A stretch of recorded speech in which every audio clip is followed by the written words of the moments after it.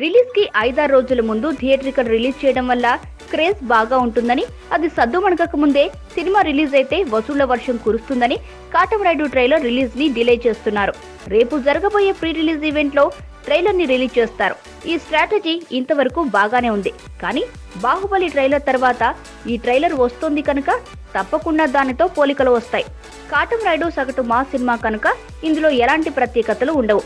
అసలే బాహుబలి ట్రైలర్ చూసిన మాయలో ఉన్న జనం ఇప్పుడేం చూపించినా పెదవి విరిచే అవకాశాలే ఎక్కువ. పైగా ఎప్పుడు గిల్లుదామని ఎదురు చూసే రామ్ గోపాల్ వర్మ ఇదే అదునుగా కాటమరాయుడుపై ట్వీట్ల సరాలు కురిపించవచ్చు. కాటమరాయుడు టీజర్ వచ్చినప్పుడు ఒక్క రోజులో ఇన్ని లక్షల మంది చూశారు, రికార్డ్ అంటూ చెప్పుకున్నారు.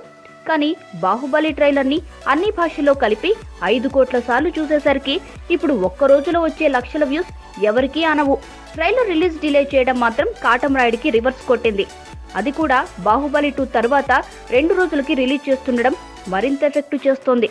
తమకి తెలియకుండానే ఈ మిస్టేక్ చేసిన కాటమరాయుడు బృందం ఈ ప్రతికూలతని అధిగమించేటట్టుగా ట్రైలర్లో ఎలాంటి మసాలాలు దట్టించిందనేది చూడాల్సిందే.